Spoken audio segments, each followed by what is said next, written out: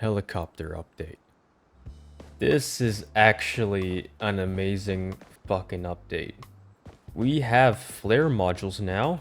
Let's take a look at this. This is the flare module here. And this is a inoperational chaff module, but it should be operational sometime soon in later game updates. We have another flare module at the back of the UH-60V right here. And guess what? They introduced multifunctional displays, as well as working cockpit animations. So the cyclic actually moves with your hands now. Take a look at this. That is amazing, isn't it?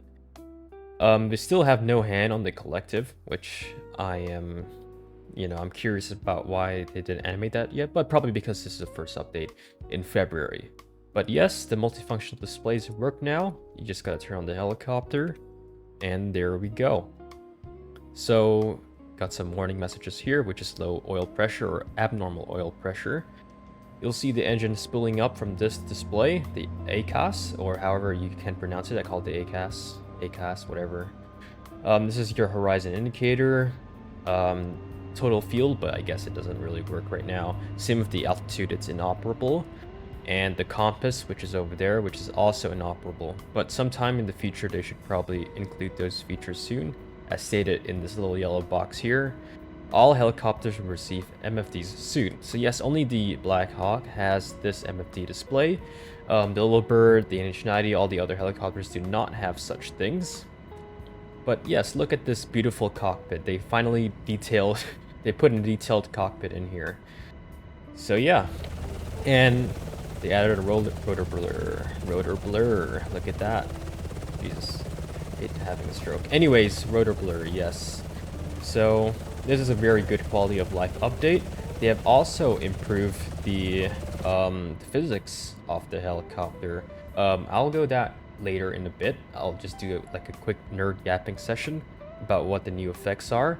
But we have something called weather vaning and the SAS, which is apparently the stability control for the Black Hawk.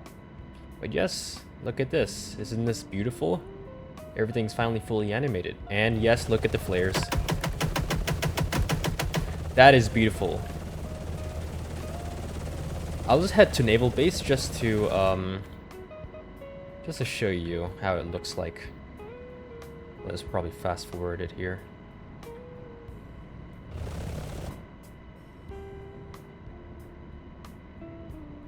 We should get a radar lock, well, not a lock on, a missile avoidance system, the MAWS, because apparently the missiles are heat seeking. Yep, there it is. Look for the helicopter, or look for the missile amine, and then dump your flares.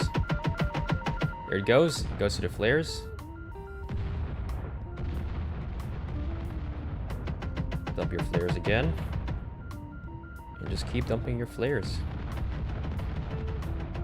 It's literally, you cannot get killed by the missiles anymore if you just keep dumping your flares, which I find funny. And fun fact, the missiles are supposed to be radar guided, but for whatever reason they made it heat seeking. So that is certainly an interesting design choice by the devs, but I don't really care. It's sick as fuck. So yeah. Also yes, the handling of the Black Hawk is slightly more different now because of the new weather vaning effect. See, it keeps yawing to the wind. So yeah, that's a new thing you gotta fix with your muscle memory, which I find incredibly. It's all right. Like if you practice, then your muscle memory should be fine with the new update. A little bouncy landing there, but overall, the flying is relatively similar. You just got to get used to it. Anyways, moving on into the nerd section. So, weather vaning is the helicopter's natural tendency to yaw into the relative wind. So pretty much in the UH-60V, which is the Black Hawk in-game, is the only helicopter that has these experimental physics. This becomes more noticeable at higher airspeeds because of the large vertical tail and fuselage. As airflow increases, the tail produces an aerodynamic force that tries to align the nose into the wind, just like a weather vane. So during crosswinds, deceleration, or rapid power changes, the helicopter may yaw, unless the pilot applies proper pedal input. The tail rotor and SAS help counter this effect, but pilots still have to actively manage yaw, especially during approaches and landings. If you're wondering what the SAS is, it's the Stability Augmentation System, and it is not an autopilot. It does not fly the helicopter for you. What SAS does is sense small, uncommanded movements in pitch, roll, and yaw, and then apply tiny corrective inputs to dampen them. A good way to think about it is shock absorbers for the flight controls. From what I've heard in Platinum 5 Nitro Chat channel, there won't be an option to turn it off. Honestly, this is pretty much it for helicopters. I mean, go fly and experiment with other helicopters, see how they fly now. Hopefully sometime soon in the future, all helicopters will receive more functional MFDs and shafts. Yeah, okay, bye-bye.